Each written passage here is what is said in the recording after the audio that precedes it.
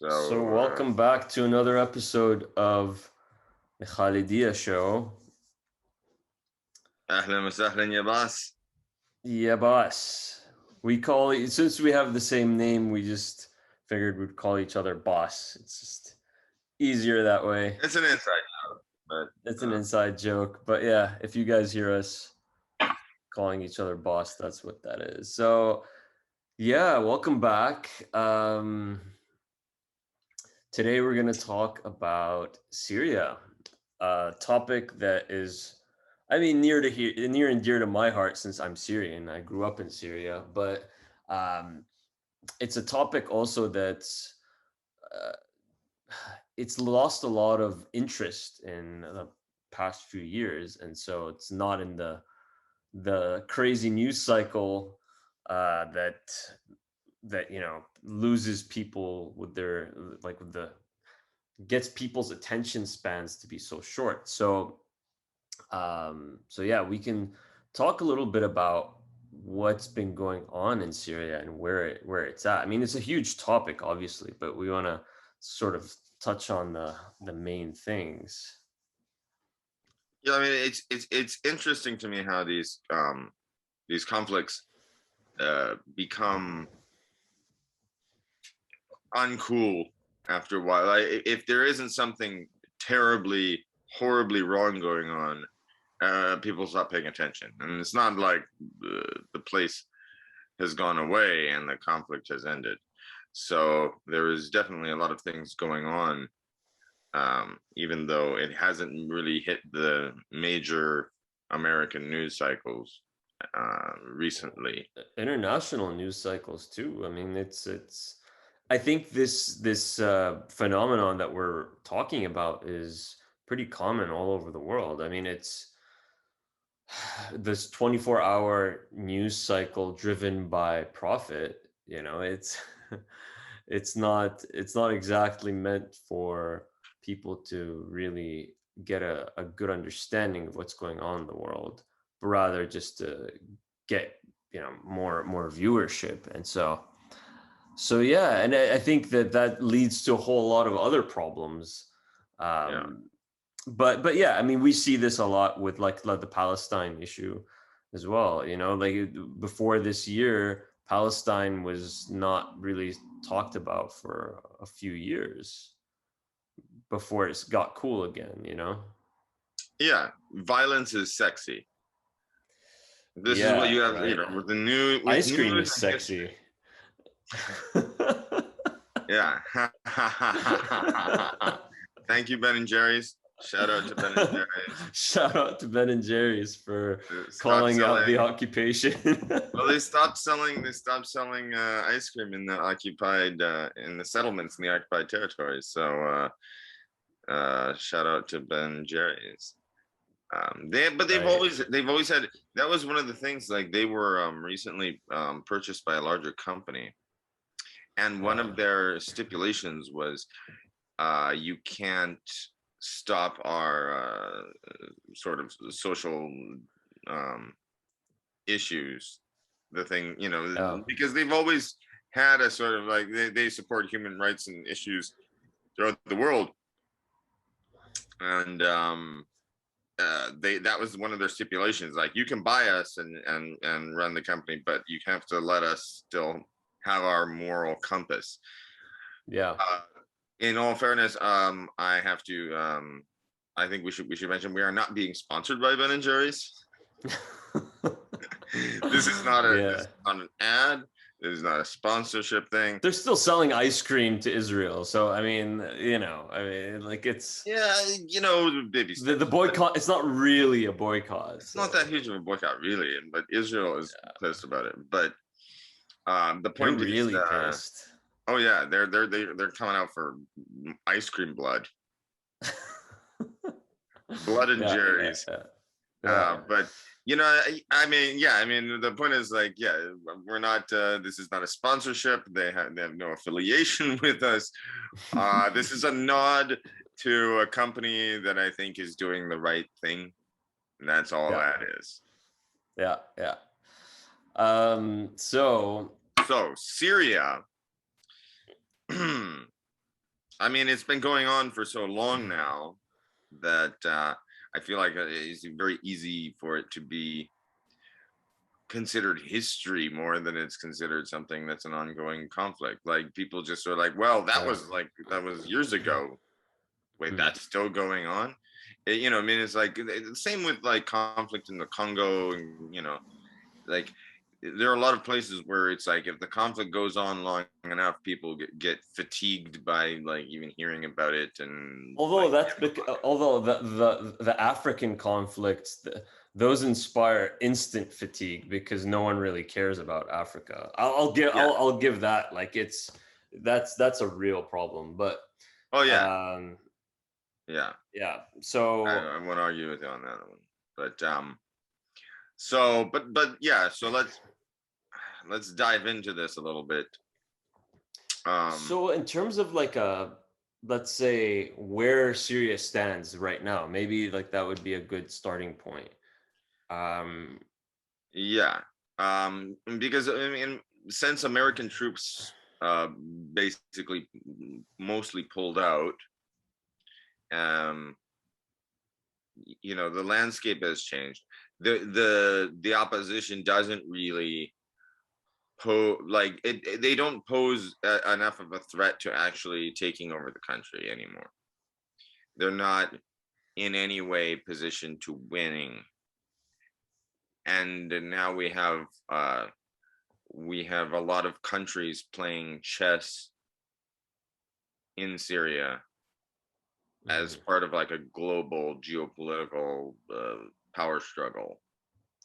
So with we could go through the big players. The United States actually hasn't pulled out very many troops. Like it's pulled out a few. Trump at one point was saying that he was going to pull out entirely, but then he got a bunch of pushback, and it was similar, kind of similar to what we were talking about with the Afghan episode, Hmm. right? Sort of similar players who are involved who are like, no, we can't desert the Kurds, and these are our people, and et cetera, et cetera. And Yeah, just so happens there's a lot of oil. All of Syria's oil is located, not all, but a lot is located in the Kurdish northeastern areas, which, by the way, isn't just Kurdish, it's mixed Arab and Kurdish. yeah, A lot of what the misinformation is that it's majority Kurdish, when it's in fact no actual demographic study had been done by the Syrian government. So we don't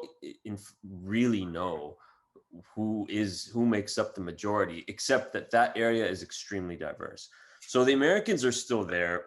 They are protecting the Kurds, and when I say the Kurds, also we're talking about a group, a political group, the YPD, which has ties to the PKK, right? Which is also obviously well, an yeah. I outlawed, mean, like, terrorist Kurdish group that's on like terrorist lists. yeah. I But mean, both of those are for those who don't know, both of those are Kurdish separatist groups, nationalist groups that want to create a Kurdish state.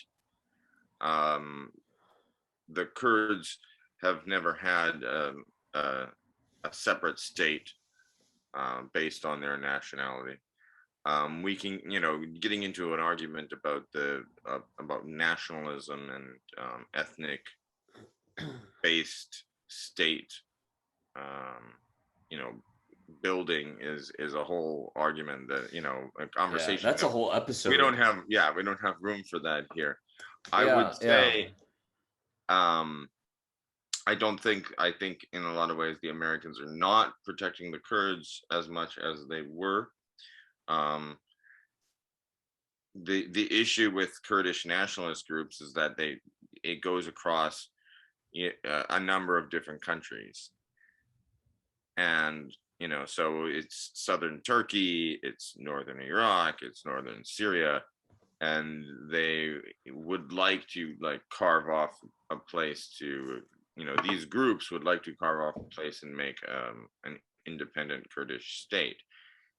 But there's been a lot of stops and starts with that movement, even within the Kurdish world. Right. So You have a lot of Kurds who aren't for an independent Kurdistan. You have a lot of Kurds who are Islamists. You have a lot of communist Kurds. You have Kurds who are yeah, loyal PKK to is pretty Marxist, I think, is it not? they're Marxists. Yeah, the you have Kurds who are loyal to the Assad regime. You like the Kurds are not a monolith like that. Yeah, They're a diverse group. It's just that when people refer to the Kurds now, everyone just thinks of in Syria the YPG, the political party that's running the northeast.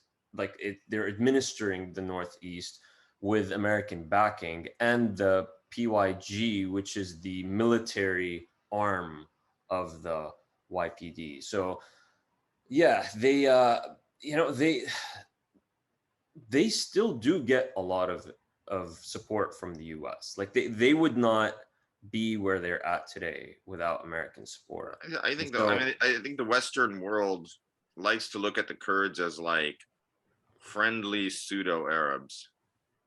right, they're the equivalent of they're very close with those Kurds. I'm saying the Uh-huh. ones who are part of that American project are actually very close to Israel, and so they have close ties with the Israelis as well as the Kurds in northern Iraq. So the idea is, and this is something that we could talk about in other episodes too, but there is this general theme whereby Arab nationalism over the period of decades, many decades, had pretty much isolated a lot of ethnic minorities. And these minorities, ethnic and, well, yeah, ethnic minorities, a lot of those people were sort of screwed over because of the policies of, let's say, Ba'athist Syria or Ba'athist Iraq or Nasserist Egypt. Well, I Although mean, I don't know. that is the story of the 20th century is Right. But the, is people breaking off into ethnic and religious groups and wanting to build states based on ethnic and religious identity. I know. yeah, I mean, it goes even further than that. Actually, it goes further back in history to the 1830s, and Greek separatism from the Ottoman Empire, and right, right. you know all But through with that. The Kurds though, they like you said, never got a state. When the French and the British were in the area, so they promised them a state, they never got one, and then they were mistreated by the different countries in which they were living in because they didn't fit the ethnic nationalist narratives that those countries pushed. Uh, anyways, the Kurds, that's their situation. They control a lot of Syria's oil, they control a lot of Syria's agricultural land. So the idea is that they want to be in a position where, with American support, they can carve out at least an autonomous region within Syria, so that one day Syria, they would want to be a federalist state. So a federal state, and they could basically do their own thing, kind of like what the Kurds in northern Iraq did. Um, so that's what they're up to. Then you have the the groups in northwestern Syria that are were considered opposition and are still considered opposed to Bashar al-Assad's regime, but are backed by Turkey. So those guys are primarily in the Idlib province, or on the border. So Turkey actually carved out some territory and kicked out a bunch of Kurds from those lands so that they wouldn't pose a threat to Turkish, I guess, national security. The Kurds and the Turks obviously have a lot of bad blood and a bad history there. So yeah, what happens in Syria, obviously, pertains a lot to what happened to Turkey when it comes to the Kurdish issue. They don't want to see a Kurdish state, right? Obviously. So the Turks are very much set in the north, with the militias that they back, who are Sunni militias. And then in the rest of the country, it's pretty much the regime. You still have pockets of ISIS in some parts. Like ISIS just pops up here and there. It isn't completely gone in Syria or in Iraq. We can talk about that a little later. But so Mm. yeah, pretty much those are the main groups in Syria now, backed of course by different countries. Um, the regime obviously being backed by Russia and Iran, but Russia is playing the role of, we're the dominant force here. They've always wished to have a presence on the Mediterranean, a naval presence, and they have that. And so they want to be the final decision maker, or one of the last decision makers, when it comes to anything pertaining to Syria. But not only that, they want to project their power beyond Syria. So Israel, whenever Israel has any issues, they don't go and talk to the Americans about what's happening in Syria. They go and talk to the Russians. Um, so that's Russia. Iran is there. We mentioned in a previous episode, they're pushing hard to try and have a permanent presence in Syria, so that they could push the idea, the false narrative that I believe is a completely bogus and false narrative, which is resistance to Israel. So the idea is to have a presence right there in, or like the border areas. But they have a huge presence in eastern Syria too, where they're building a lot of Shia religious and cultural centers. They're really pushing for demographic change. They're getting people to switch over, like Sunnis switch over to Shia, to becoming Shia. And so they're also Well, I they're think doing a lot of the, like, in the border areas by Lebanon, and then in the south, and in uh, Damascus as well. They're really trying to buy up as much land as possible, but not only buying, but taking up by force as well. So we can get into like some of that stuff later. well, I think we But need to sort of take this piece by piece because you glossed over Russia pretty quickly. yeah. And um, the Russian involvement in Syria has been very heavy throughout the entire war. And it's Mhm. interesting because they also have strong relations with Israel, but they have strong relations with the Syrian government. And they're playing a very long game where, in which they have strong relations with Iran too. And they're playing so many sides. Mhm. But there's an interesting thing that they've been doing, and what's in the news at the moment for those who are paying attention, and is that they have been beefing up the Syrian military technology.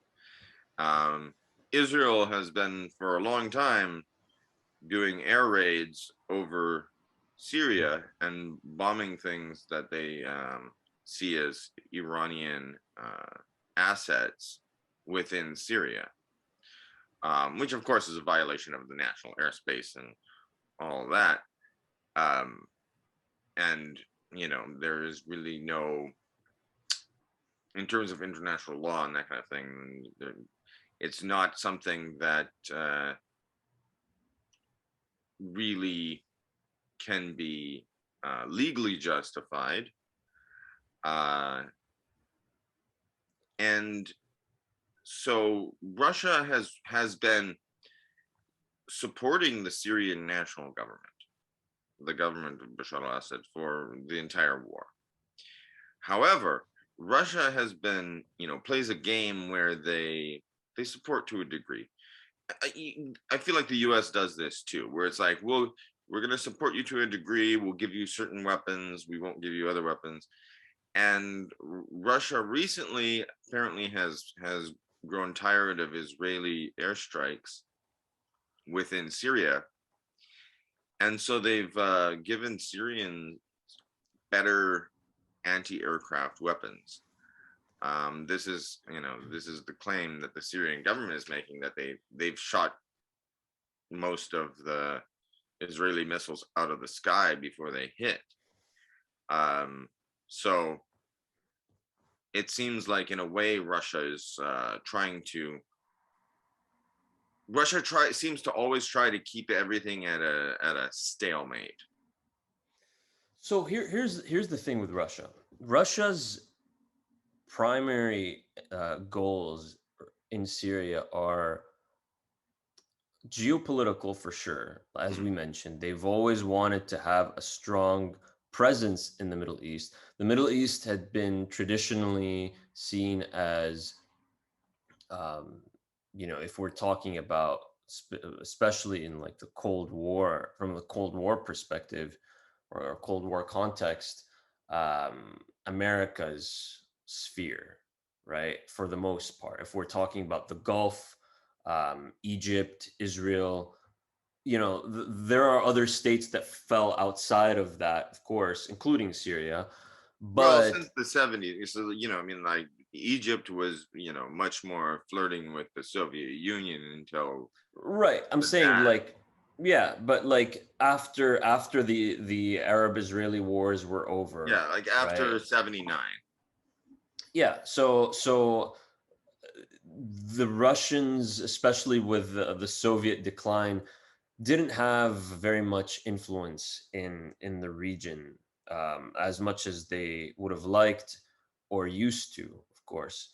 So so Okay. now what they're doing is they're right, like, so regaining more political influence in the region. I mean, the Russians have a long list of issues in their, like, let's say, call it its political portfolio with the other big powers of the world, most Uh-huh. importantly the United States, including like nuclear talks, including, um, Ukraine, Sure. including how Russia's aggressiveness is towards the U.S. And so Syria is one piece of that, Yeah. giant puzzle. And so it's an important piece from the geopolitical perspective, but then from an economic perspective, the Russians are very, very interested in, um, going in, and developing Syria's oil and gas capabilities. Yeah. So Syria doesn't have very much Isn't oil, all but that it doesn't have very much oil, but it has a lot of gas. Yeah. So undiscovered gas. So we're at Okay, a but I'm gonna have point to where, disagree.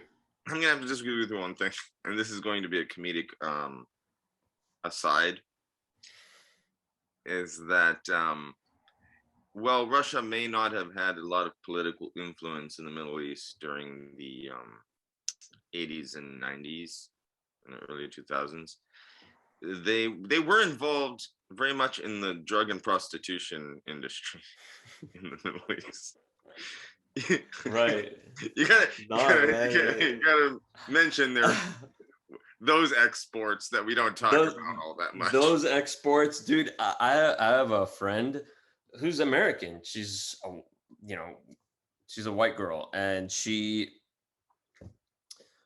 blonde haired, blue eyed. She lives in Jordan. Everyone thinks she's a Russian prostitute.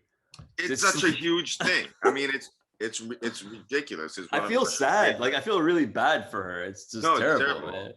man. No, I mean, this is one of the reasons why it's hard to be a white woman visiting the Middle East, because Mhm. everyone just kind of assumes you're a hooker. Yeah, it's terrible, man. I mean, But so that was my comedic aside. But Right. when we're talking about major exports and that, like Syria's major resource has been being, strategically located Hmm. between the oil countries of the Gulf and Israel and Iraq, and, that oil industry. It's like the location has been something that it's used as a bargaining chip, that it's just like it's right at the juncture of so many different countries that are Hmm. involved in different types of conflict and negotiations with each other. So they've used that as leverage. It's part of why they get Iran to support them, is their location. Yeah, yeah. I mean, it's Syria's location is, I mean, it's prime when it comes to geopolitics, and Yeah. but not only that, even within Syria, you have so many different uh, ethnic groups and religious groups, and like it's not a very it's a very complex place. It's a very complex society, and so that's, I think, one of the major reasons why a lot of countries, the big countries, were very hesitant to really get involved. And you know, what you were Well, saying about the U.S. Well, they did get involved, but not in a sense where they would. It was they knew that this would be a very messy involve. It would be a very messy involvement, right? yeah, but The it's thing is, similar. It's similar to Lebanon, in which when other countries do get involved, they pick a group to right, be but their people Lebanon on the is ground. just Lebanon. I mean, with all due respect to anyone who is Lebanese, but Lebanon is, for the big powers, much easier to control. If they wanted to control it, they could. I think that if the big powers really wanted to invest in Lebanon, or sort of direct it in one way or another, it's a lot easier to manage than Syria. Syria is just, it's I mean, yeah, you have that complexity in Lebanon, but it's in a tiny space, right? Whereas Syria, Yeah. it's just spread out, and you have so many different borders and people coming in and out, and it's just a lot more difficult to manage. I'm not saying Lebanon's easy by any means, but Well, but I mean, um I think when we're talking about that in one way, it should be acknowledged that these borders are also artificial, and of course. what I mean, like there's a spectrum of you know like there's a culture of Damascus, there's a culture of Beirut, there's a culture of this city, that city, there's a culture of Jerusalem, but really, like, that whole area, was one province before World War I. Like, is what's now Israel, the Palestinian territories, Lebanon, Syria, and I think parts of Jordan were all considered one large Yeah, province, and it Bilad was Shem. open borders, and there, so the ethnic ties, the family ties, the religious ties, extend across borders. Yeah, And and it's interesting. Like, you look at a place like, let's say, Beirut or yeah, Jerusalem. I, as a Damascene, so someone who's from Damascus, yeah, would probably have more in common culturally with someone who's from Beirut or from Jerusalem than I would with someone who is from like uh, a village rural right Syria. outside Yeah. outside of Damascus. Mhm. Like that's Yeah, the thing. You have urban culture, rural culture, you have ethnic culture, different ethnic cultures, yeah, just religious like groups. like the Druze and the Maronites and like Mhm. Jebel Lebanon. You know what I mean? Like that's that's its own culture there. I mean, Yeah. it's like two cultures that basically were had a civil war in the 1840s over, control. But that was, Lebanon, the borders of Lebanon, like, where do you draw them? Like, there's a whole joke that, after World War II, that the border of, I think I might have mentioned this on another podcast, but that when they were drawing the borders Is of it with the Middle Jordan? East, yeah, that when Jordan, Oh there's a yeah, I weird know this little one. hit, like dip in like Jordan's border is like a straight line on this one side, and there's like a little dip, and the joke is that Winston Churchill was drunk and he had a hiccup when he was drawing it. And it, you know what I mean, That's pretty I'm sure it's hilarious. a myth. I'm sure it's a myth, but the point is, It's how where ridiculous do these you draw borders the line? are. It's like drawing the line between Mexico and New Mexico and California. And You know that what I mean? that dip is in the middle of the desert. There's nothing there. Yeah. So what's the Like, point? And like, we're gonna fight over like who owns this little dip in the desert. I mean, but like the border between Jordan and Iraq and Kuwait and all the, I mean, oh yeah. like, definitely within urban centers there's a certain identity and culture, and within rural areas there's identity and culture, Mhm, but like when you draw lines in the sand, literally, mhm, mhm. um although I would also add, everyone thinks the Middle East is all sand. It's not. They have Mhm. trees there too. They have mountains, There's they have rivers, there's snow, there's Yeah, I mean, the Lebanese flag has a tree on it because they have these yeah. beautiful cedar forests, which are really impressive to see, actually, if you go up in the hills there in the cedar Mhm. forest. But yeah, I mean, it's not all sand. That's a side. Yeah. Yeah. Well, I wanted to get back to the Russian Yeah. economic point. So Syria, along with a bunch of other countries in the Eastern Mediterranean, have like they've discovered that there are a lot of gas reserves in the sea, in the Mediterranean Sea, and there is this like big jostle and fighting going on, like political tensions between countries of drawing where the maritime borders are because of this. But Syria hasn't been able to develop any gas fields because of Uh, the conflict, and so the Russians, their whole thing was we'll get involved, we'll defend the regime. So they came in with the air force, their own air force, and uh, they pretty much pummeled most of the country along with the government's air force, and in exchange for a lot of tenders and contracts for uh, the future, right? So that when Syria's conflict ends, the Russians can come in and develop those fields and profit a great deal. Now, this makes total sense because Russia's economy is primarily oil and gas based, and Putin and his ruling class, let's say the elites of Russia, they're all that's all they care about. It's not ideological for them. There is no ideology. It's purely profit and going in and trying yeah. to extract resources from different parts of the world. And so that's the Russian goal right there.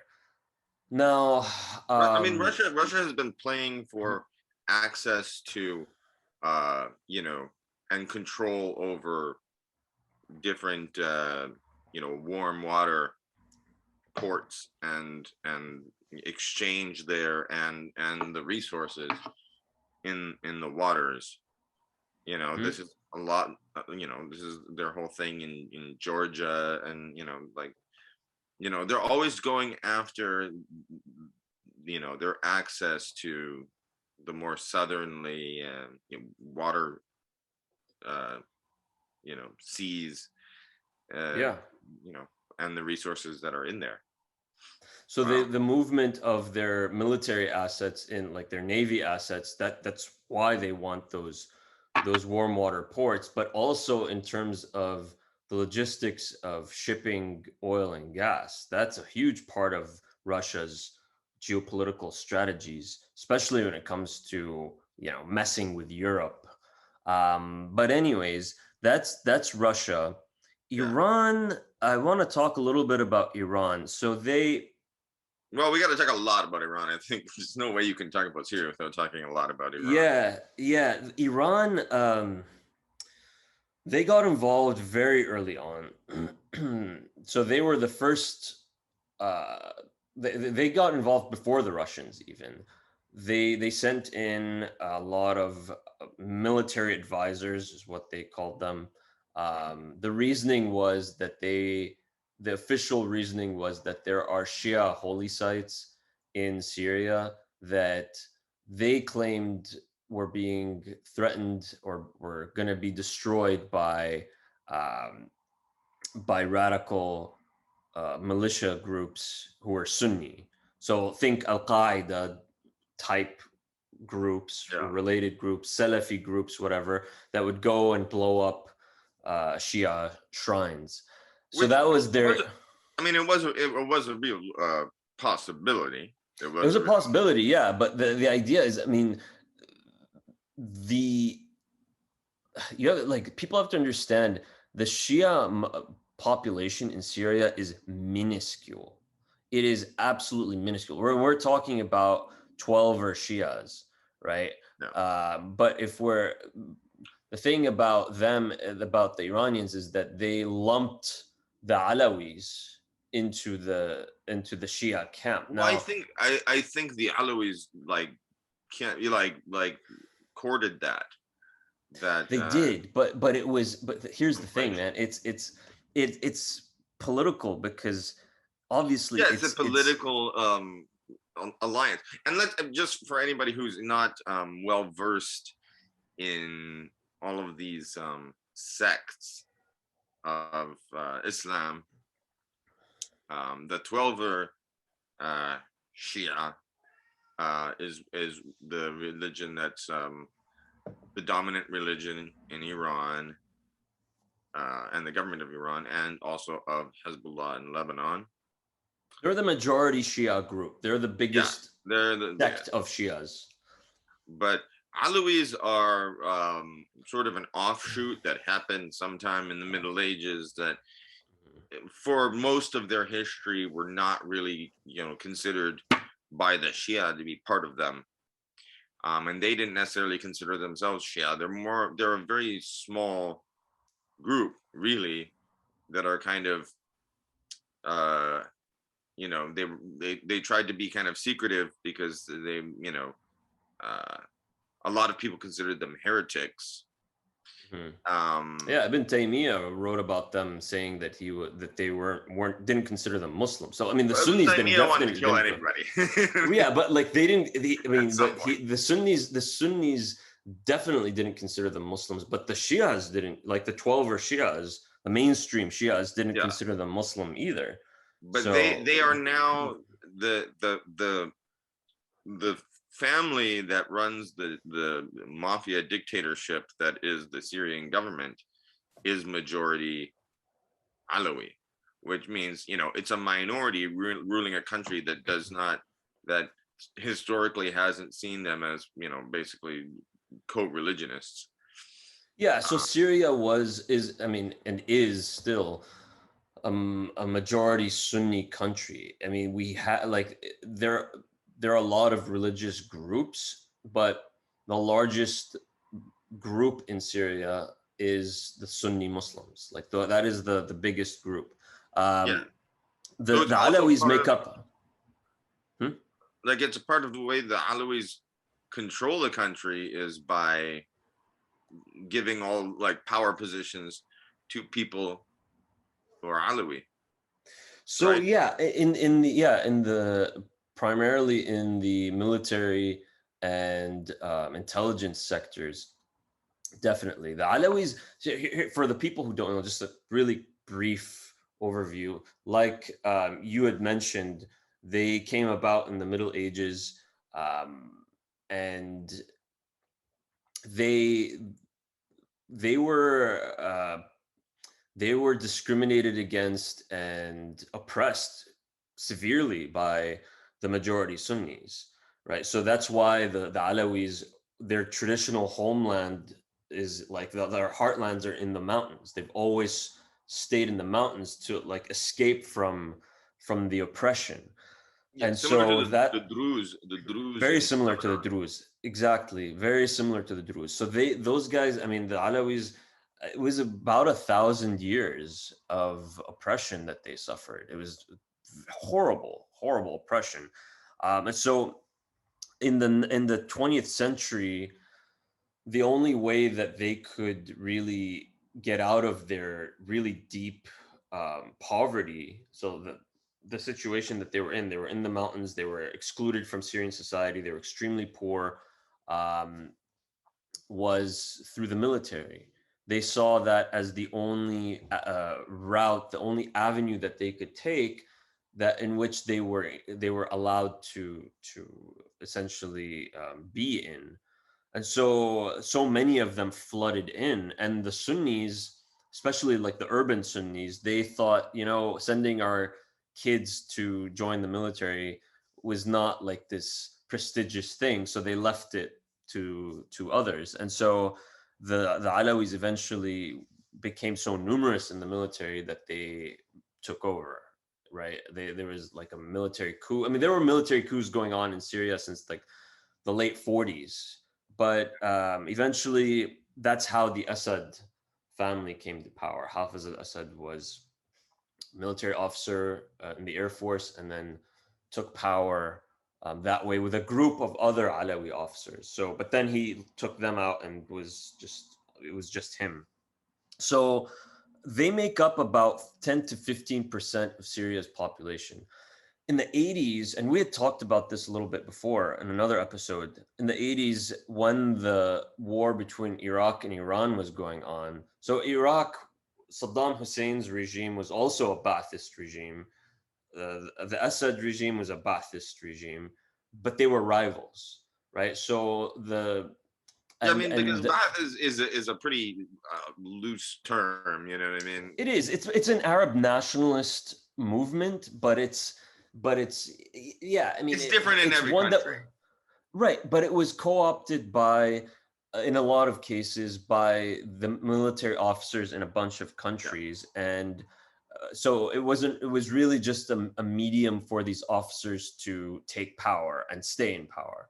So, Hafiz al-Assad was very fearful of the power that Saddam's regime had, its military power, and so Mhm. he knew that if Saddam Hussein wanted to take over Syria, he probably could. Like he had at one point probably like the 10th strongest army in the world.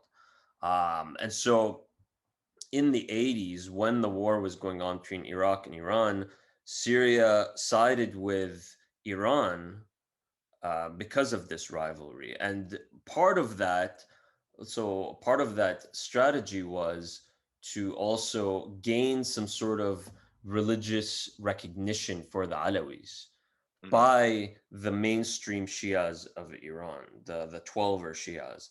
And so they wanted that recognition, because obviously, like we had said, they saw themselves as being excluded and not viewed as Muslims. And that was one of the big things, one of the big sticking points in Syria during the 80s, when the Muslim Brotherhood rose up, and in the early 80s actually, was there's this accusation that Syria's president, according to its constitution, had to be a Muslim. And Hafiz al-Assad was accused of not being a Muslim because he was Alawi. So there were all these different things, This is but where you get a Hama like siege, mhm, because there was a Sunni revolt in a city that then the national military totally besieged, and that happened with 1982. 82, yeah. They Yeah, say like 10, like maybe 20, 30,000 people were killed. yeah. But I And mean, also to add another little like tidbit of context to that, this was also during the Lebanese civil war, where you yes. had Hezbollah in Lebanon that were tied to and they're, of any group in the world, they are the most tied to the Iranian regime. Mhm. Um, and so I think there was also sort of a, Syrian sympathy and connection with Hezbollah in Lebanon, part of their, Well, aggression to Israel and that kind of man, thing. You know what I mean? Like it's a Syrians network. are Syrians are tricky, man. I'll tell you that. Like, because here's the thing. Um, so yes, they wanted that closeness with Iran, which happened in the late 80s. Mhm. Hezbollah was founded in the early 80s, but in the first few years of Hezbollah's existence, the Syrian military. So I actually looked this up. We were talking about this in another episode. Syria did actually go in and invade Lebanon in the late 70s, right? Mhm. So it was a 30-year long occupation. The thing is, so when Hezbollah was established for the first few years, they were treated just like any other group in Lebanon. They were actually attacked by the Syrian military at some point. It was Syrian Um, military was trying to take over, but I mean, right. and they were the Syrians were there, but they weren't in control of the country until like what, like 1990. No, they were very much in control. The Syrian military. So, okay, where it was based was in the Ba'a, so eastern Lebanon, Yeah. right? The Ba'a Valley. But uh, anything that happened in Lebanon, politically, militarily, between the different militias, had to it couldn't happen without the Syrian military's knowledge. And so any sort of decisions, any sort of truces, anything like that had to go by Syria. And this is, I mean, the only place, and I think I mentioned this, the only place where the Syrian military had trouble taking over, and I think weren't actually able to take over, were the mountains in Zahle. So like those Christian the Christians in Zahle, they're tough. They're really tough, but they held out. But anyways, it was only till the late 80s when Hafiz al-Assad was like, all right, I need to create this strategic alliance with Iran, that came about. And then they created that Shia sympathy towards Hezbollah. But ultimately, it was these are just purely political moves, and the proof of that is that now, and we can fast forward and talk about what's going on the ground, kind of like between, like on a more, I guess, individual level. Like when you talk about just random people living in Syria, one of the things that is going on is that even when it comes to pro Assad regime loyalists, there is a lot of anger and a lot of frustration that's being directed towards Iran, and a lot, and the Shia militias. And so just earlier, a couple of days ago, I heard that there's a famous division, in like an elite division in the Syrian military, that's controlled by Bashar al-Assad's brother, Maher al-Assad, who and so like I think at some point there was a checkpoint, and there was a woman who is the wife of some Hezbollah, like some high-ranking Hezbollah operative, and she was trying to get into Sayyida Zainab, like the area where the Sayyida Zainab shrine is, and they wouldn't let her in. And not only that, the soldiers were very rude with her, and they were very insulting even towards Sayyida Zainab.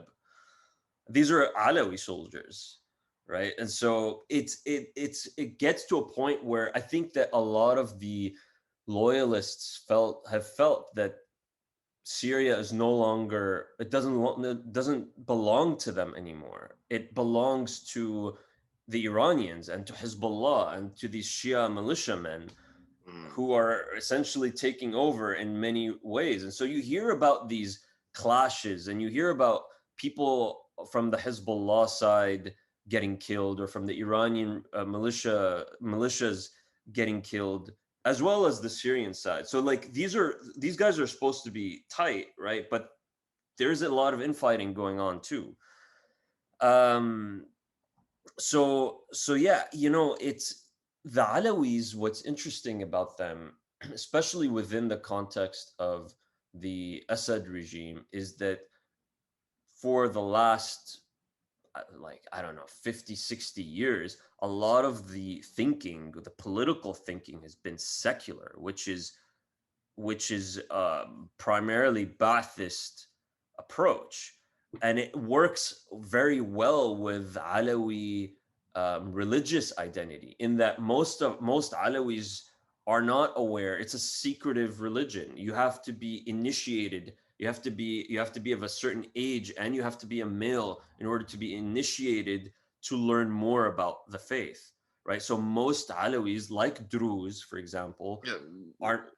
outsiders don't really know exactly even what their theology is completely. No, no. And so most Alawis are not religious, right? Like it's a cultural religious identity, but it's not. There isn't a an open and deep practice. So secularism works very well Well, with that kind of. secularism is always a benefit to minorities. When we're talking Mhm, about societies that have, and the Middle East has always historically, if we're talking about the religious demographics and the ethnic demographics of the Middle East, it's always been very diverse. And there have been different periods of persecution and discrimination, and different groups coming to power, but it still always has been very diverse. It's the extremism that we see. This is sort of, it comes out of you know grand geopolitical chess games. It's the colonialism playbook. And usually, of course, the biggest culprit to point at in that is Europe, like England and France. But Iran is taking a page out of the European colonialism playbook. And the playbook is, you find a minority demographic and you make them your clients, and mhm, they're the ones that you're going to give them benefits and support them if they help you control what you want in that country. This is what the French did with the Maronite Christians in Lebanon, which mhm. started the civil war between the Druze and the Maronite Christians in Lebanon in the 1840s. This is what this is what the British you know did everywhere. This is what you do is you find a minority and be like, you're the special ones. We're going to put you in power and defend you with our military might if you help us control this country, because we need somebody who's there who like knows the lay of the land and speaks the language. This is what the Iranians are doing in Syria. you know Well, and here's the other thing. I think that you bring up very good points, and one of the things that we're seeing a lot of in Syria, in Iraq, uh, primarily in those two countries, but it's a general theme that I'm picking up on, and you see it you've seen it since colonialism in that region began, but a concerted effort to, as you put it, to support minorities. But the idea is that Sunni Muslims have to be reined in, right? And that Sunni Islam is the biggest threat to the West. And that if you want to control from that region, and if you want to Mm. control that region, you have to be able to dominate the Sunni Muslims, and which which means that, yeah, which are there'll the be. the majority. which are the They're the majority. majority. They form the majorities in many of those countries, and so the thing is, when we talk about ethnic strife or religious strife in um, in the Middle East, but we also see this in other parts of the world too when it comes to Muslims, is that there is this focus on, all right, let's take care of the minorities. So there's a tiny minority that exists in Syria and Iraq. They're called the Yazidis, that people had never, so like most people who are not from those places, from Syria or Iraq, had never heard of the Yazidis before, right? Yeah, They're a tiny minority, and at one point ISIS had controlled their territory, right? yeah, And then they were slaughtering them, they were enslaving their women. It was terrible. And so the United States decided, we're going to go in, send in our military and defend the Yazidis, because these are the what's happening to the Yazidis is just tragic, right? yeah. And It was it is genocidal. tragic. It was genocidal, right? But we can count millions of Sunni Muslims who've been killed in Syria and in Iraq over the years, and that doesn't matter. It's like that no one pays any regard to that, because we They don't just care. become One, numbers. they become numbers. One, two, it's part of the campaign, the global campaign to rein in Western driven campaign to rein in Sunni Muslims, right? And um, you can transfer that to just Muslims in general across different parts of the world, whether we're talking about Muslims in India, in Kashmir, in China, in yeah, Myanmar. The list goes on and on.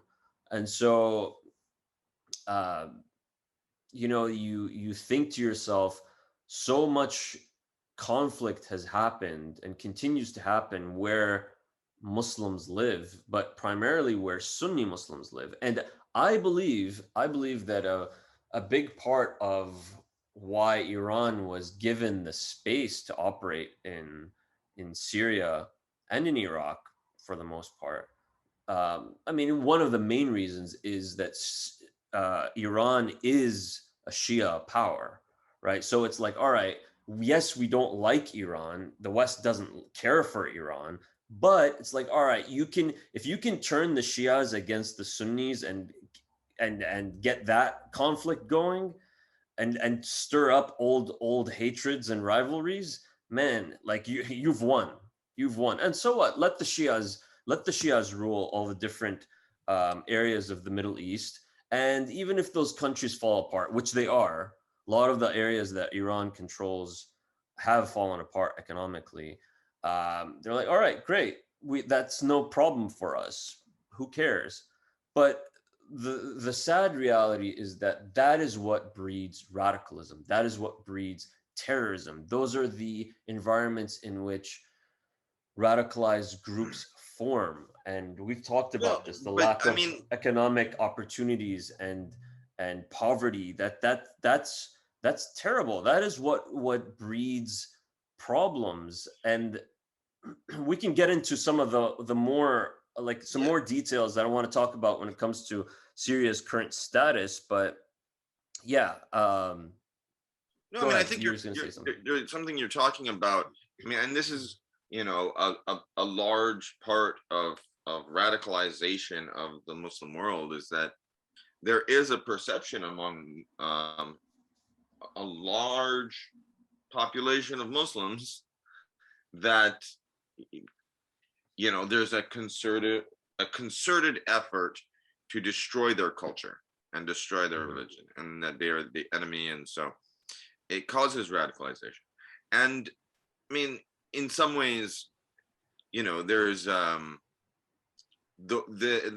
rest of the world isn't giving them reason to not think that way, because it really does seem like Muslim Genocides countries are going on, being man. attacked. But see, this is part of the general like world order since the time of like the British Empire, um, that you sort of divide and conquer between ethnic and demographics and religious demographics.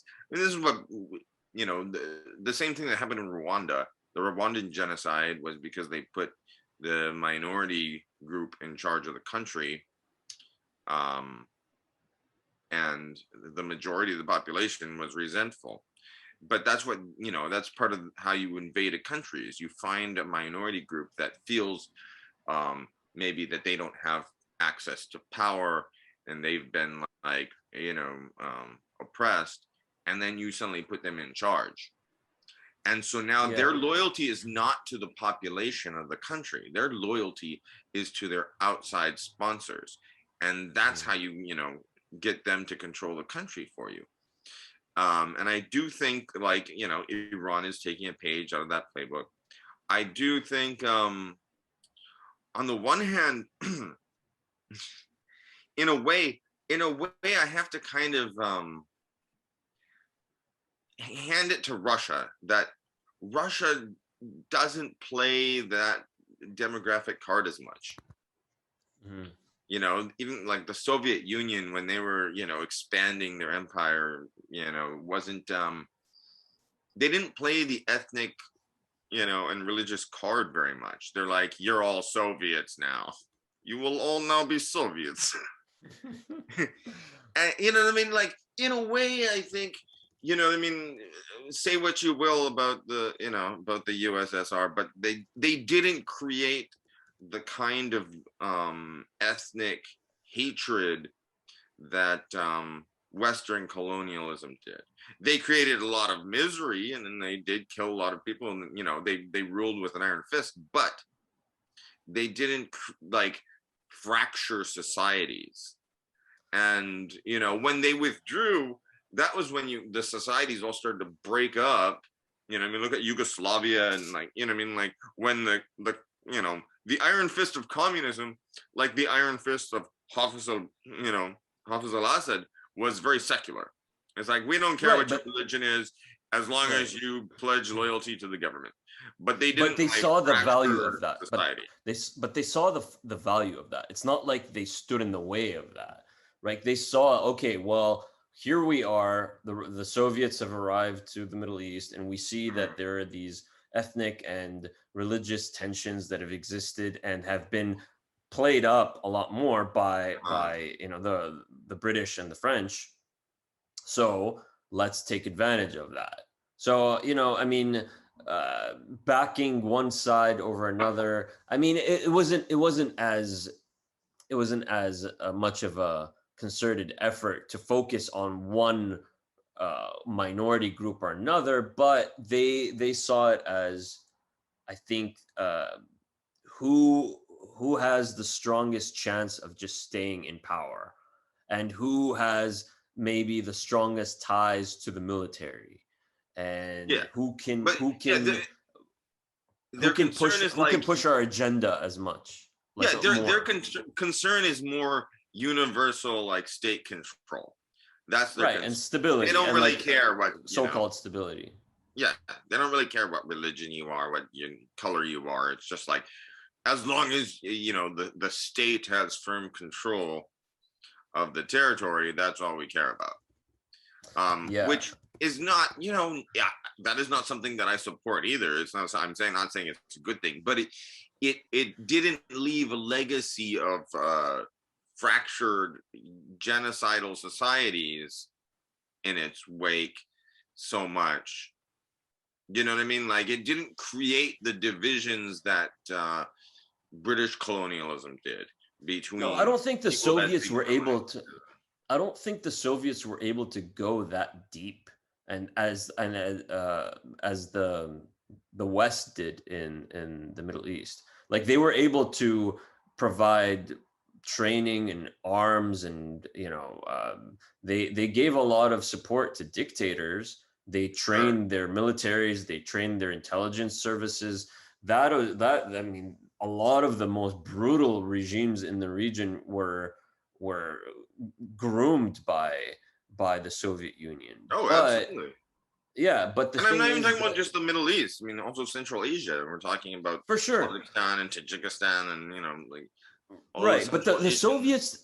Soviets are like, and the Russians, they do it differently. They go in, they see what is the lay of the land, they assess it, they learn it, and then they see how they can apply their agenda, right? So Yeah, they saw that, okay, the West had been there, they did all these things, they caused all these rifts and whatnot.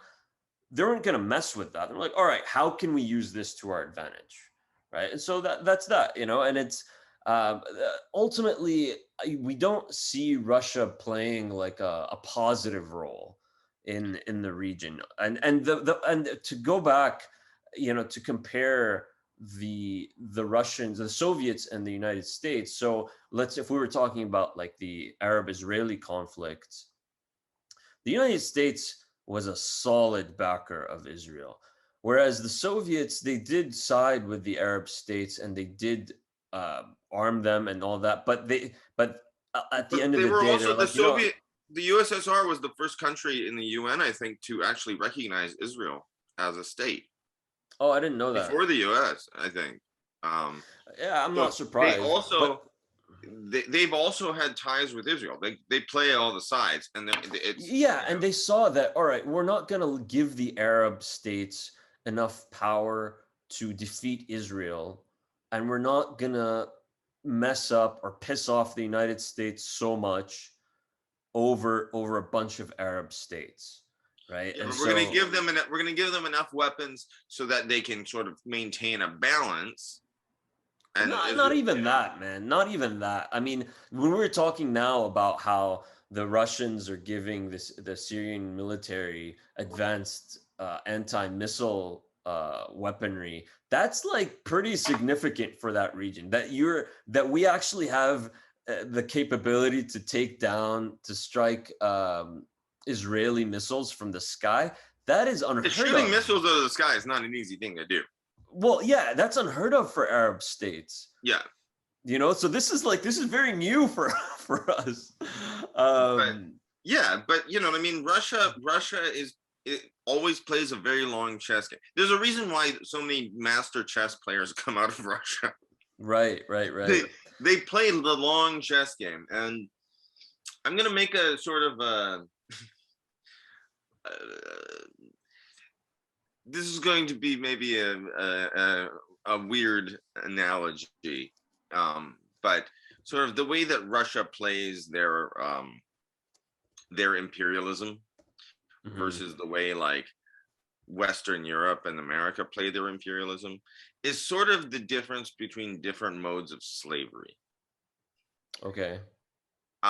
In a lot of history, there have been huge populations that were enslaved, right? Hmm. Generally, the slaves were just they're there in the plantation. They know, the power figures let them know, we own you, you work for us, but do whatever you want at home. you know like, we're not mingling with you. Just go show up every day and do your work, and then go eat your slop at the end of the day. Which, I'm not saying this is, like, to say there's a good form of slavery or there's a bad form of slavery. But what Yeah. makes American slavery, what happened in the American South, um, especially heinous, was not that, okay, you're just a workforce that, you know, is not free to leave. I mean, that was most of the history of medieval Europe too, or most of the history of the world. There are huge populations that are like, the peasants never had freedom of movement, and they were all sort of some level of slave uh, in so much of the history of the world. What made American slavery so heinous was that they got really involved with the slaves. You know what I mean? They were taking them into the house and raping them, and you know what I mean, like, breaking up families and selling off the kids, and you know what I mean, you didn't let them at least like, okay, you're a slave family, but at least you get to be a family. They were like, you know, trading them like, you know, trading cards. And you know what I mean, they were torturing them on a much more personal level. And that's Mm. sort of what I feel like Western imperialism is compared to like Soviet imperialism or Russian imperialism, is that like Americans come in and you know, the British come in and they really start to like change demographics and get overly involved in cultures that they don't understand and don't really care about, and try to Yeah. re-educate everyone to, you know, be like them. And you know, I feel like that's that's a lot, that's an added injury and an added insult and form of oppression, because it's cultural, you know, genocide, Mhm. you know, like in a way that it's not just demanding obedience, but it's like, you know, trying to eliminate people's sense of self and their Yeah, history yeah, and totally. I mean, the identity. Spanish did it in the Americas, the Portuguese, the Germans and the Dutch, the Belgians in Africa and Asia. Yeah, Um, I yeah, mean I mean, this The was Soviets did suppress religion, right. but they didn't suppress language and stuff as quite as much. Like they weren't as culturally domineering, I think. Well, here's the thing about the Soviets and the Russians in general. It's like I think that they're culturally, their view of the world is very different, obviously, than the Western view. And pertaining to whether if we're talking about the Middle East, or if we're talking about Islam, or even if we're talking about the neighboring Muslim territories of Russia back in the day, right, that were eventually subsumed by the Soviet Union, I think that they didn't see them so much as a existential threat. Like I think the Russians, they had their idea of having their own power and culture, and extending that, but at the same time they recognized other cultures and other people for who they wanted to be, right? And so and yeah, that's not to say that there wasn't any oppression towards, especially the Muslim states in southern Russia. A lot of those peoples Sure. fled to the Middle East because of that oppression, but it doesn't go nearly as deep as the Western sort of obsession with Islam and the Middle East. And we can get into also, so with the Western aspect, it's a lot of that goes into Orientalism, looking at that part of the world and saying, hey, I mean, yeah, we want to like take over the world for sure. We want to mess up different cultures, but this place specifically, right? This place is unique. One, because there is an idea of Western identity which is tied to, supposedly tied to Christianity, right? And that the Holy Lands are in that region and and have been controlled by another population who are predominantly of another faith, who at some points were very close to the borders of Europe and were could have taken over all of Europe. That is what created this idea of a Europe, of a European identity that never existed before the Muslims were seen as a threat. And so Mhm. fast forward, we talk about, whether we're talking about Muslim Spain or we're talking about the Ottoman Empire on Uh, the it's eastern yeah, side of Europe. the Crusader. It's the Crusader like spirit that hasn't really Yeah, died. it hasn't. It is very much alive, and it is about this. It's almost like um, a a fetish of just like it's almost like it's a fetish of messing with that culture and trying to eliminate it and doing anything possible to just exterminate it. I mean, And we see it until this day, I mean, if we're gonna get into Islam versus Christianity as like civilizational warfare, um, there the Islamic world was the dominant civilization for many centuries, Mhm. as compared to Christian Europe, and they were at war a number of times in a number of different locations, and there's something about that, seeing it as a rival. Like, they don't see Hindus as a rival. They're not No. close enough to be a rival, or Buddhists, Or the Chinese yeah, or you know, Africans.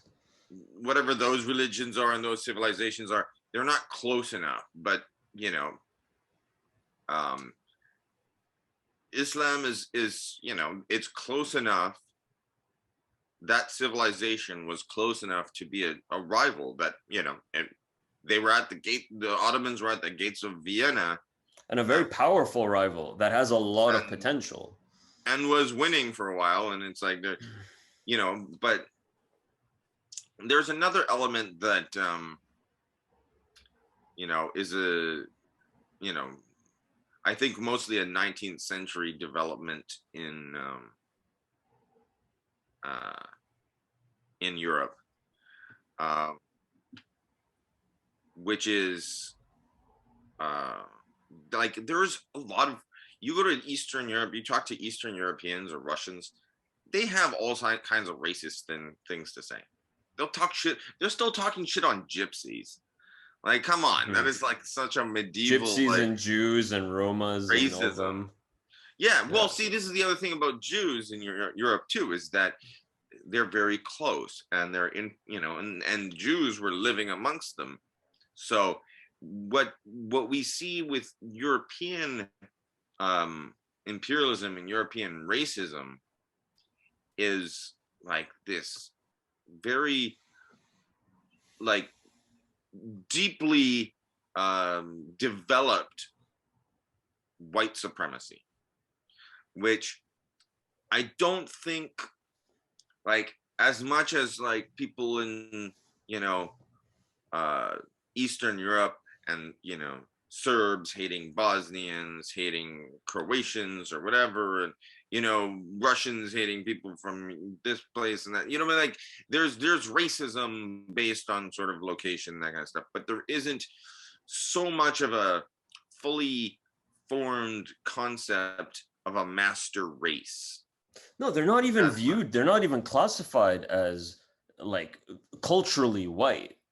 You know what I'm saying? I Like mean, Slavs, if yeah, I you're mean, if you're Slavic, if you're like from, I don't know, the Balkans, from one of the Balkan countries or from Eastern Europe, I mean, culturally speaking, and you're an immigrant, you move here to the United States or to Western Europe, i- there is this, it's almost like the same with Greeks and Italians and mhm. Spaniards. It's like, yeah, you're European, but you're not really white, you know? And Sure. some of Well, them don't even classify themselves as white. Yeah, Even the but the Irish Irish people are white. eventually, Yeah, yeah, eventually they caved in, it yeah. became a But I mean, the point is, there isn't, like, there's so many like racial hatreds and things, and like Greeks and Turks hate each other, and what I mean. There's so many like regional hatreds, and racisms and discriminations, but this overarching like whiteness, like we are just more, like we are the real humans and the rest of you are like a little bit subhuman, is very particularly developed in Western Europe and America in a way that is, you don't see as much in It, these other conflicts, as you don't often. see it. Yeah, you don't see it nearly You as don't see much. that I kind mean, of. they're localized racisms and they're localized hatreds and Yeah, tensions and all tribalism. It's that. more tribalism than it is like a scientific theory of, like, if you can look at the skull of a Negro and see that it is inferior to us. Like, it's a Yeah, little bit less of that. that's not what's driving Russian, uh, you know, power projection. That's not. Like the Russians, if I mean, like we said, it's primarily geostrategic, economic. But if the Russians are like today, taking up a cause, an ideological cause to sort of show their people, hey, yeah, it's no longer the Soviet Union anymore. We're Russia, and we have a nationalism that we believe in. They took up the cause of Eastern Orthodoxy, so the Eastern Orthodox Church, of being sort of the defender of Eastern Orthodox or Orthodox Christians. But Yeah, even then, like we had the conflict in between Armenia and Azerbaijan earlier last year, yeah. and the Armenians are very Orthodox. They're Orthodox Christians. They have The some of Armenians the they're pride like one of the themselves as oldest Orthodox church in the no, world they in pride history. themselves as the first nation that, as a nation, converted to Christianity. Right. That's They're one what of the pride for them. oldest churches in Yeah, history. And when the Azerbaijanis were Muslim, were getting support from Turkey, and it became like, all right, this is clearly there's a power imbalance here. Russia didn't come in to save the Armenians, right? So it's very different, right? So yeah. to There's your less point, of a of a cause, a civilizational cause of like, we're going to be the winners at the end. It'll all be white Christians. You know what I mean? They right, don't, right. like, it's less of that kind of a mission. Um, I love I love how we started with Syria and we've gotten into, somehow it always brings us back to white supremacy, doesn't it? Well, I mean, ironic, huh? I mean, Ironic much. like I've been criticized for this, that I sort of blame No, most of I the do. current political problems of the world on colonialism and white I am. supremacy, I and am. It happens to me all the time too. it's like you blame everything on white supremacy and colonialism, and it's like, okay, prove me Right. wrong. Right. Right. Prove me Well, wrong. it's true. It's true. I do want to talk about to go back to Syria a little bit. So Yeah, Russia's involvement, we talked about that and sure. its position and how it's supported the regime and its end goals. However, and we said you have the Americans. We talked about the regime. Interesting enough, we talked about this earlier today. The Chinese are trying to make an entry. We can talk about that a little bit about Yeah, reconstruction, the but Chinese are sneaky, and yeah, yeah, they yeah. slowly slip in, and then before you know it, like, everything's made by the Chinese. Right, right. They're But the good at that. ones what's happening now in Syria is that it's becoming very crowded. You have too many powers and the conflict is winding down, right? It's clear that the big powers don't want the regime to be toppled, right? They But when you say want the crowded, you're talking about crowded with political interest, because it's right. also kind of depopulated with the refugee Oh fleet. yeah, yeah, of course. No, but we're talking about big power Yeah, plays and regional countries, and it's gotten too. Uh, we've gotten to a point where there is a stalemate, right? But the Israelis are pissed that the Iranians are just spreading their influence throughout Syria. They can't have that. The obviously that pisses off the Gulf states. They don't want to see Iranian influence and power grow, but yeah. it's just that the conflict is winding down. We know that the big powers don't want the regime to be toppled. They think that okay, we're going to get to a point where we're going to have some kind of political settlement and then reconstruction can begin. However, before that can happen, we have to get the big players to agree on like a, let's say, the least common denominator, on, like, to have a set stage for that winding down, and the ending of the conflict. And that can't happen, in my opinion, with Iran's presence. So what's happening now is that the obviously, like I said, the Israelis don't want them there. The Americans don't want them there. You have a lot of Syrians who don't want them there. Um, and the Russians, yes, they have They good tolerate them. ties.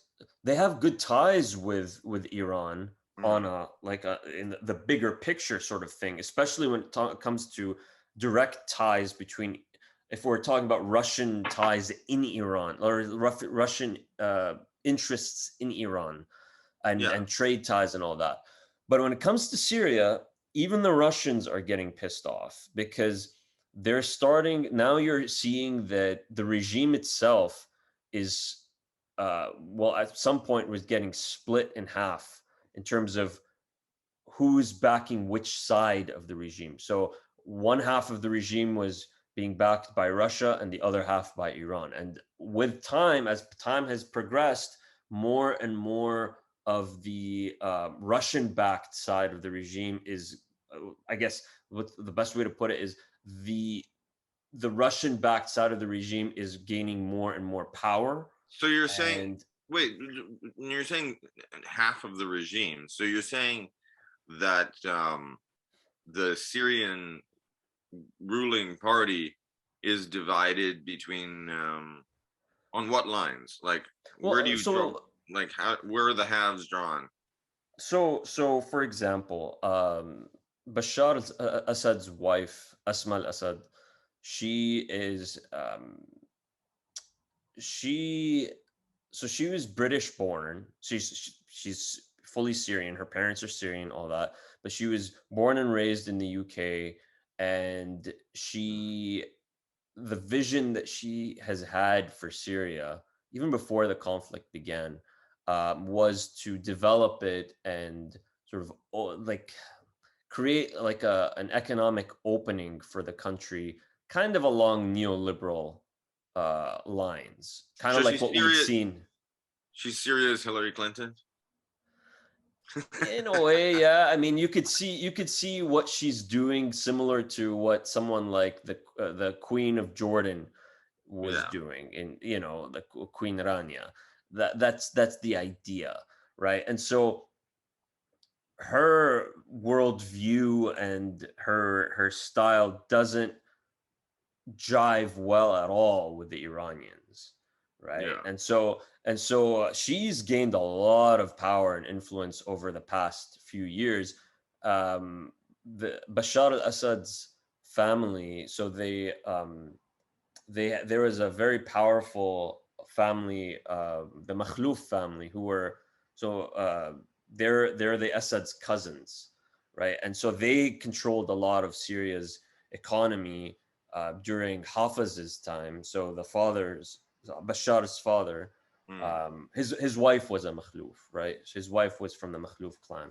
Uh, So, but by the time Bashar took over, and with time, after the conflict took off, uh, the Makhlouf family lost a lot of its power and influence, and now a lot of that power and influence was taken up by Asma al-Assad, right? So Bashar's wife and her family, right? So basically, what we have now is that her side is backed by the Russians, and then there were his brother's side were back, and he has a big chunk of the military backing him, were backed by the Iranians.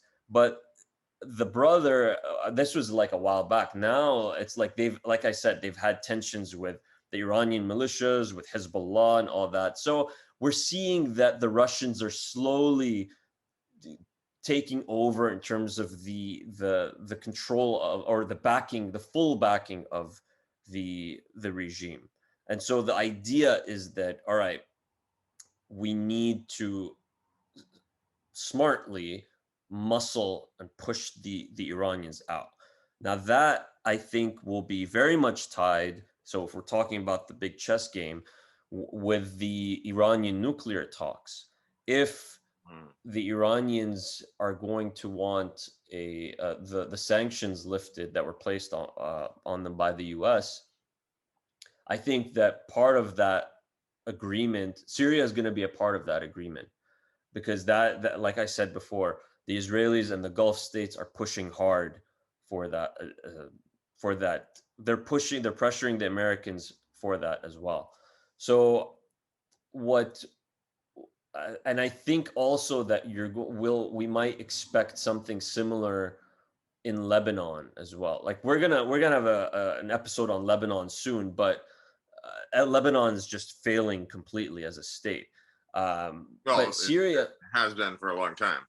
right, right. But now it's just it's Yeah, becoming like unlivable.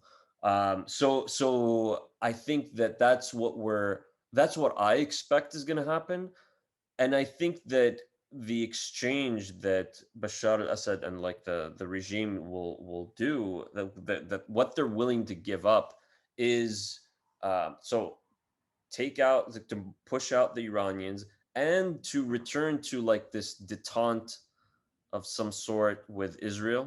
Maybe not formal ties, of course, but going back to the old status quo. Um, in exchange for reconstruction. So the only side that's I guess up until not recently that we think would be willing and able to rebuild Syria financially would be the Gulf states, as well as maybe some support from the West, and that's not going to come for free, obviously. yeah. So so But China wants there's to get in there. China wants to get in there. So here's the interesting thing about China. China recently they sent a delegation to Syria, and there was like a lot of attention paid to that. However, China, when you look at its patterns in terms of how it deals with other countries and all that, China's foreign policy has been traditionally focused on economics. Where can we go to build massive Chinese projects, right? Mm, Dams, bridges, ports, what have you, infrastructure, as well as a lot of Chinese investment in local companies and just Chinese companies opening up shop and all that. mm, That they like to focus on areas where there wouldn't be any problems when it comes to political instability, right? And so it doesn't necessarily have to, they could be poor countries, but mm, where the political situation can be easily controlled. The ideal scenario for China is always those states, these countries that are financially very successful and are being run and administered successfully. So, according to their standards. So, what I yeah. mean by that, like the Gulf states. So, yeah, China has great ties with Iran on paper. And they recently talked about having, like, developing all these trade ties and deals and all that. But if they had to pick between trade ties between Iran and the Gulf, they'll pick the Gulf because Yeah. it's easy to go into the Gulf and build, and there is no there are no sanctions there. There is no political stigma involved. It's easy to make a lot of money if you're going to invest in the Gulf. Same with Israel. Israel is they love doing business with Israel because it's a rich country. It has a lot of political backing, and it's easy to go in and do business there. So in Syria, I think that the Chinese now they're moving to the point where they're trying to move to develop their foreign policy so that it's not 100% just economic, but to counter American uh, political influence and power, they're wanting to develop their own political influence and military influence as well. I think that they want to to extend their One Belt, One Road project to the Mediterranean. Uh-huh. And a good way to do that would be through Syria and Lebanon. They can't. Don't think they could ever do it in Lebanon without going through Syria and getting Syria's Oh yeah, approval, really. of course. But the idea then is, unless Syria is like the conflict is solved and the political situation is not nearly as messy, I don't think the Chinese will get involved. I think they're setting things up so that if it does get to that point, they're ready to get involved. They're But planting some seeds and waiting for the smoke to yeah, clear. yeah. But And then the they're going to be Russians. coming in with contractors to like build, building Right, rebuild. right. But the Russians are there on the front line. They're the first in line. The Khalijis, they want to build a Yeah. lot too. They have a lot of construction companies, and they know that they could make a lot of money in Because Syria there's in only so building the many country. skyscrapers they can build in their own damn countries. Yeah, I mean those like the Saudis and the Emiratis specifically have massive construction companies that, I mean, after building all the skyscrapers in the Gulf, moved to building in Egypt, in Morocco, in Hmm. Syria, in Lebanon. They This went is everywhere. this was where the Bin Ladens got their money.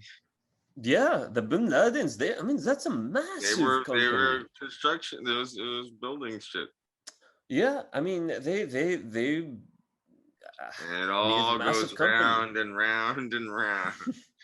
Yeah, yeah. I mean, there was a massive um, villa complex outside of Damascus in this very, very posh area that was built by the Bin Laden company.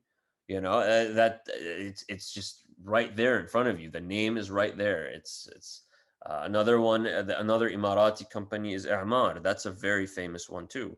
So yeah, that's Yeah. so the reconstruction. That's what we're expecting. That's how at least how I see it. Um, I do want to also talk about what, in the meantime, what's happened to the Syrian economy. So, with the sanctions placed on Syria uh, by the U.S. and the West, that's crippled, of course, Syria's economy. The Syrian lira is, it used to be traditionally 50 pounds to the US dollar when I was growing up.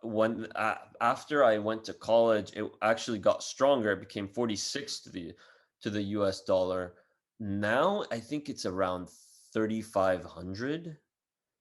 It's gotten so weak. It's ridiculous. Well, I And mean, I so mean that's also something that's happening in economies around the Middle East. I mean, of course, Syria is like, but like Lebanon, in the Egyptian Lebanon for sure. pound, the Egyptian pound. Oh my God, the inflation is insane. Yeah, yeah. And You know, so that's another thing across the region, inflation. yeah, Um, like the so the with money just doesn't mean anything anymore. You know what I right, mean? so we have the currency is a lot less valuable as it Yeah. used to be.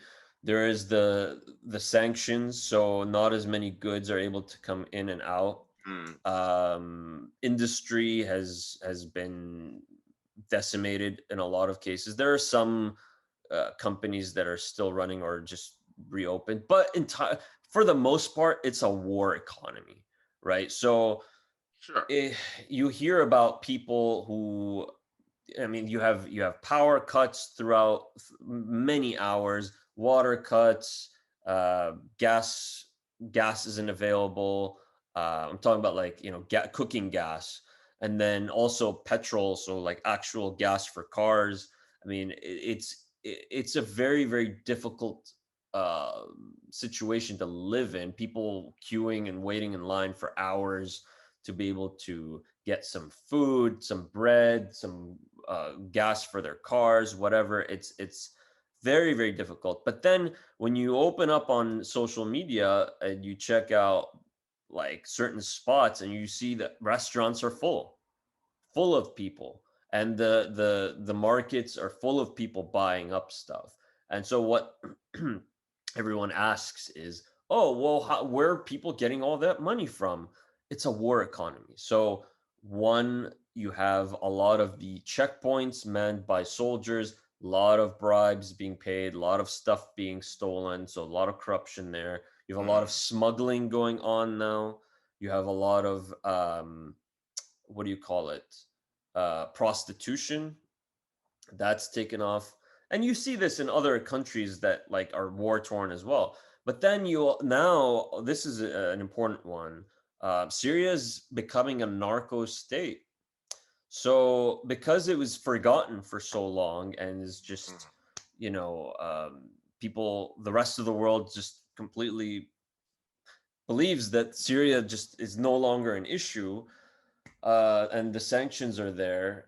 What the Syrian government did was, in order to survive and continue, you know, running the country, they started producing a shit ton of amphetamines. So there is a drug called they call it Captagon locally is what that's what they call it, and those there are these pills that are being produced uh, on a massive scale, and they're being shipped to other parts of the Middle East as well as Europe. And every bust that happens, so like I think that the Italian police caught like a shipment, and each shipment is worth about $1 billion, right? Like that's how valuable these drugs are, and how much money is being funneled back to the Syrian government. But not only the Syrian government, the the um, the Syrian militia, the opposition militias in the northwest are doing it. The Kurds are doing it. Everyone's doing it. But primarily, one thing I read recently was that the people who really came in and brought in the expertise were the Afghan Shia militias that were brought in by Iran. So to produce the drugs, but then Hezbollah, uh, their specialty is hashish. So they took up a whole area on the Syrian Lebanese border and grew like these giant hashish fields. But their expertise is, and what mattered most in this scenario was their distribution and logistics, smuggling of drugs. So No, I mean that's this was a thing like every Israeli war with Hezbollah is like there was in I like in the last war I remember there was an Israeli campaign to tell Israeli youth to stop buying Lebanese hashish and weed because yeah, that's I mean like Hezbollah was selling it to them. They were yeah, selling like it all came in through them. Like the best weed and the best hashish was coming from Hezbollah. yeah, As much as yeah. they claim to be hyper religious, the same with the It's Taliban. You know just a what I mean? Like show. It's just the a show. Taliban making opium and selling it to Russia. Yeah, It's yeah, a, it's totally. it's And the same type of Al dynamic. Qaeda and ISIS were using the same kinds of drugs, Captagon pills, to Hmm. they were giving them to their fighters before they were going and fighting like the different groups they were fighting. Even the Americans, when they were fighting the Americans in Iraq and Fallujah, a lot of those guys were like wired up on drugs. And so like both sides, I mean, but the ISIS guys especially, and they would be able to fight for days, right? So yeah, but the sad thing though is that with that comes a lot of drug usage in Syria. I think the statistic I read was that they did this survey, a third of the people who responded to the survey said they knew a drug user. So it's pretty bad. So that's the current situation. Yeah, but if But you've been what's going through this many years of war, like who wouldn't want to use some drugs? You know what I mean? It's Yeah, yeah, and that's the thing. But in terms of like it's a transitional period, I think, when it comes to the government until the conflict ends and reconstruction begins. But one thing I read was that the Syrian government is using this as a message to the Gulf states, and that a lot of these drugs are making their way into the Gulf and into the underground Gulf party scenes, especially in Mm. Saudi and all that. Princes are flying in plane loads of this shit, right? And so um, the message is that, unless you go back to, or reestablish ties with us, and essentially what that means is that reconstruction period begins, we're going to destroy your youth. And so, that's It's another form when you of chemical warfare, essentially. it's man, like the amount of levers available to pull are endless when it comes to like that part of the region, and that, like, it's just phenomenal how creative people can get. Yeah. um yeah, Well, but anyways, that's the I wanted to mention that about the, like, the current like state of affairs for people locally. mm. Yeah. But I mean, I think we've been talking for a while. Yeah, I um mean, I think this is probably part one of a nine-part, uh, you know, series, Ken Burns discussion yeah, of Syria. I did want to talk eventually about some misconceptions that a lot of people have about ISIS, but we can save that to another episode, for another Yeah, well, episode. I mean, we already have like our illustrated essay on ISIS that you wrote Yeah, a yeah, while people can ago. read that. I could talk That's a little available bit on about our what that. Facebook page. Yeah, yeah, Um, totally. but yeah, I mean, I like we could go on all night until we fall down, but I don't think anybody, this is not a filibuster. No, no, And I this is think not that the last time we're going to talk about Syria. this is the kind of episode, I think, that people should be listening, or shouldn't, like, don't have to be, but I recommend listening to it in broken segments, so that it doesn't, like, Yeah, we'll it's have not to too much. edit it up in a way. Um, sometimes it's hard with the flow of conversation to give people little parts, and but yeah, this is a long one, and this is a serious one. This is not, Yeah, we had some fun last week yeah, with Noah, but uh, this was a more somber topic. So yeah, yeah, but um, it's important that people know what's going on. And it's, again, we're going to talk about Lebanon soon. It's yeah.